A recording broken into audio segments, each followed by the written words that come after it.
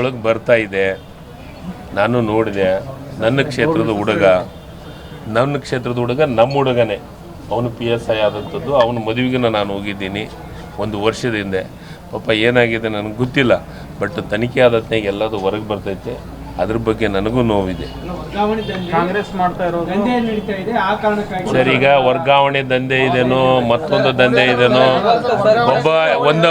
ಒಂದು ಮಾಧ್ಯಮದೊಳಗೆ ಏನು ಅಂತ BP ಲೋ ಅಂತ ನೀವು ಆಗ್ತಾ ಇದ್ದೀರಿ, ಇನ್ನೊಂದ್ರೊಳಗೆ ಹಾರ್ಟ್ ಅಟ್ಯಾಕ್ ಅಂತಾನೆ ಒಂದು ಹೇಳ್ತಾ ಇದ್ದಾರೆ.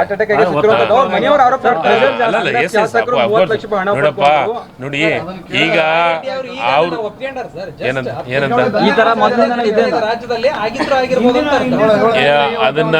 ಅದನ್ನ ರಾಯರೆಡ್ಡಿ ಸಾಹೇಬ್ರಿಗೆ ಕೇಳೋದು ಒಳ್ಳೇದು ಅಲ್ಲ. ನಾನು ಹೇಳಕತ್ತೀನಲ್ಲ, ರಾಯರೆಡ್ಡಿ ಸಾಹೇಬ್ರ ಹೇಳಿದ್ದೆ ಹೇಳ್ಬೇಕು ನಾನು.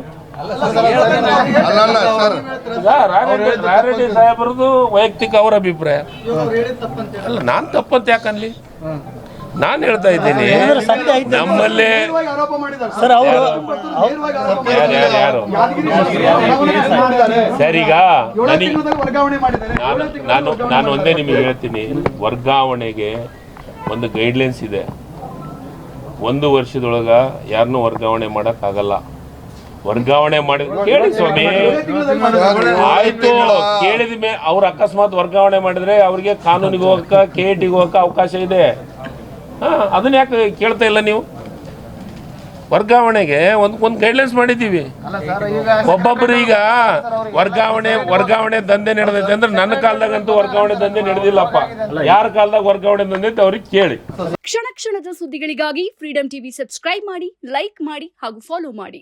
ಹೊಸ ಸುದ್ದಿಗಳ ನೋಟಿಫಿಕೇಶನ್ಗಾಗಿ ಬೆಲ್ ಐಕಾನ್ ಮೇಲೆ ಕ್ಲಿಕ್ ಮಾಡಿ.